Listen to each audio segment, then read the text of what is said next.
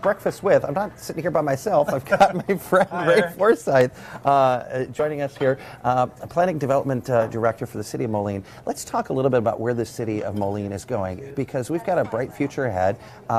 What's the progress on the I-74 bridge? This is going to be the first year that you're really going to see a lot of activity, as most of it's going to center in the water. So they're going to actually start building the structure. It's going to come out of the Mississippi River. It's going to be an amazing project to watch. So if you're one to take note of history, now's the time you need to take pictures, because it's going to look a lot different in about a year's time when that goes into the water. Right, you're going to start to see, and it's really sophisticated because they're going to be pouring concrete in the middle of the Mississippi River. Mm-hmm. So they build these really sophisticated structures so that they can actually pour the concrete, and it's going to be coming out of the water.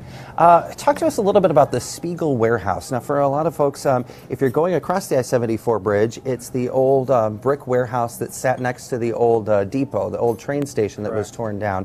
The city recently bought that for about $300,000. What's the plan from this point forward? We're working with Gorman and Company. They've done several projects in Moline. They're going to convert that building into loft, apartments, and a cafe. It's going to be great. It's 38 market rate apartments. The views are amazing because you've got the Mississippi River on one side and the downtown Moline on the other.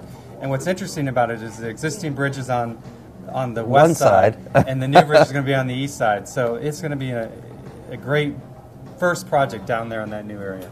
I want to know a little bit more about, that's a TIF zone, right? A TIF district. So there's lower taxes for development in there. Right. Why is that at a TIF district if it's right next to $1 billion bridge? You'd think that would be the highest value of any real estate, right? But the challenge on the reason that cities create TIF districts, especially in their downtown, is those buildings were built in the 1900s. So it's more because of the work that's involved to do that. It's really difficult to convert a warehouse into an apartment building. We're seeing that with the train station and a lot of the work downtown.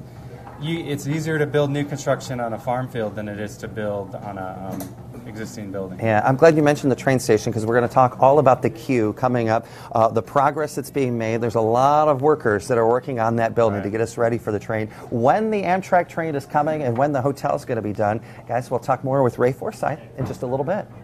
That sounds perfect. Eric Sorensen, thank you very much. We hope you can come out and join us next week as well for Breakfast With, as we sit down with Dr. Art Tate, Superintendent of the Davenport Community School District. We will be at the Iowa Machine Shed off of Northwest Boulevard starting at 5 a.m. There will even be a special breakfast involved for those who join us.